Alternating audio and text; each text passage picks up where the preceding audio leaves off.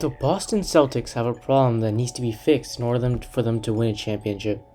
Hi, I'm Vignesh, and welcome to the Editor's Take, brought to you by The Concession Stand.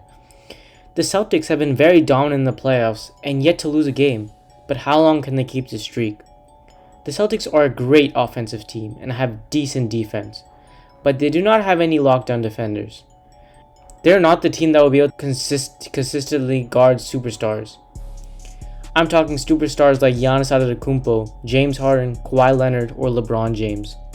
Now obviously, there's barely any players in the NBA who can guard these guys, but there are players in the NBA that can keep them from getting 30 plus points in a single game. You could make the argument that Marcus Smart is a lockdown defender, and he is, but he cannot guard most of the superstars that the Celtics need to go against in the postseason, because of his size. Marcus Smart can consistently defend players at the guard position, but cannot guard players at power forward or center because he is simply not tall enough. He's really good at drawing charges, but at the end of the day, you need more than drawing charges to be able to successfully stop a superstar. Let's look at the Bucks for example. The Celtics could face them in the next round, but who's going to guard Giannis Antetokounmpo?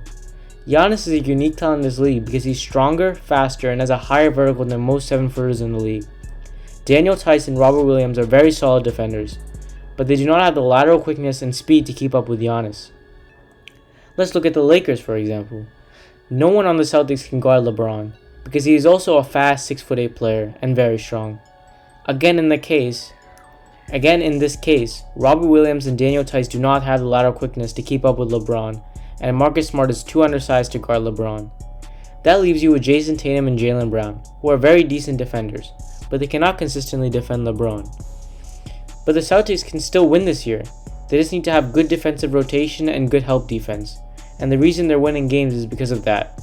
Now, you could make the argument, how did the Celtics win against the 76ers? Joel Embiid is a superstar, right?